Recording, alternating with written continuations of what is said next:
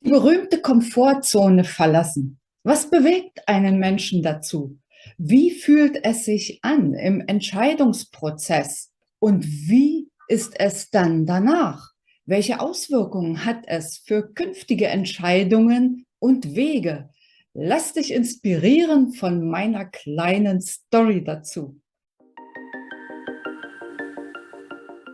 Wenn du meinem Kanal vielleicht schon eine Weile folgst, dann weißt du, dass ich noch in der letzten Woche hier mein normales Cremeweiß hatte. Und jetzt sieht es so krass orangerot aus. Wie ist es dazu gekommen?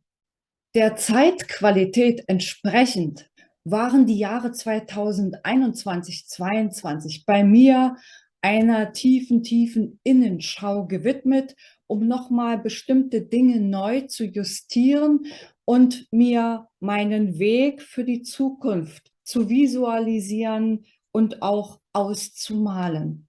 Unter anderem ist dabei auch dieses Buch entstanden, wie Selbstcoaching gelingt, in dem ich all meine Erfahrungen aus meiner Zeit als Trainerin und Coach verewigt habe sozusagen. Was mir auch deutlich wurde und viele Coaches und Trainer und auch spirituelle Lehrer sagen es, wie wichtig es ist, seine Komfortzone hin und wieder zu verlassen. Ich habe das in meinem Leben schon häufiger gemacht, in letzter Zeit allerdings weniger. Ich will nicht sagen, dass ich verharrt habe im vertrauten Elend. Das wäre falsch ausgedrückt. Das habe ich früher häufig genug gemacht. Aber ich habe gemerkt, dass ein Wechsel, dass eine Änderung ansteht. Eine Änderung, die ich in 2023 auch mit Unterstützung des Universums als sogenannte PS auf die Straße bringen möchte. Und ich persönlich bin so der Typ, ich mache nicht gleich den ganz großen Sprung, sondern wenn es um das Verlassen der Komfortzone geht, dann fange ich erstmal mit kleineren Sprüngen an. Und dieser kleinere Sprung war für mich die Haarfarbe.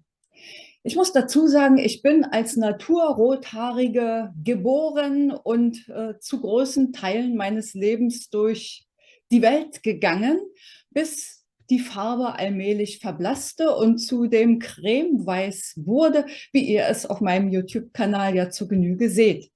Chemie kommt bei mir nicht in die Tüte, einfach aus Umweltgründen nicht zum einen, zum anderen verträgt es auch meine Haut überhaupt nicht.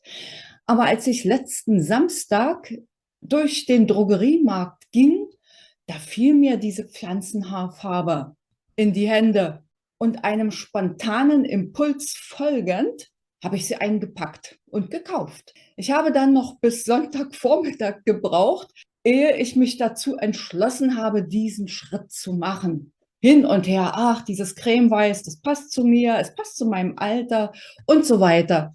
Und dann habe ich das drauf gemacht in der Annahme, wie früh, als ich mal noch schon ein bisschen damit experimentiert hatte, weiß ich nicht, vor 20 Jahren, würde da vielleicht so ein leichter Goldrotton draus werden. Gut, ich habe das Ganze nicht eine Stunde drauf gelassen, wie auf der Packung stand, sondern nur 25 Minuten, dann alles hübsch ausgewaschen.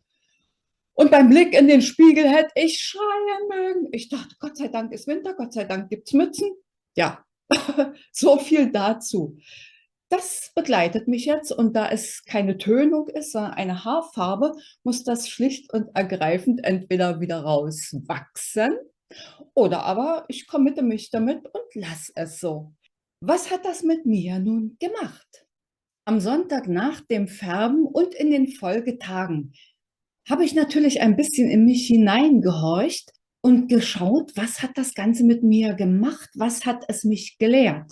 Fakt ist eins. Als erstes hatte ich diesen inneren Impuls. Und dieser Impuls basierte auf der Tatsache, dass ich mich an irgendeiner Stelle festgefahren fühlte. Und das schien für mich der Ausweg erstmal zu sein, der kleine Sprung eben. Ich bin also dem Impuls gefolgt. Danach, als zweites, kam der blöde Verstand, dieser Ego-Verstand. Bist du verrückt? Ja, du weißt gar nicht, was dabei herauskommt. Am Ende findest du es schrecklich und musst damit herumlaufen, bla bla bla bla. Was der Verstand eben so macht. Das heißt, ich habe mit dem Verstand gekämpft.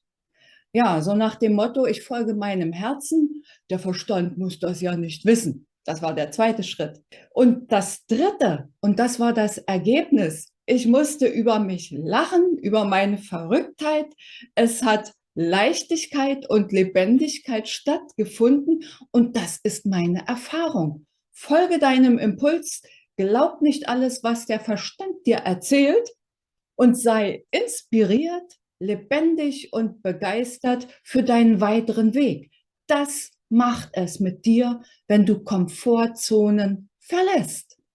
Ich hoffe, das hat auch dich inspiriert für den nächsten Schritt, für den nächsten Sprung und sei es erstmal ein kleiner.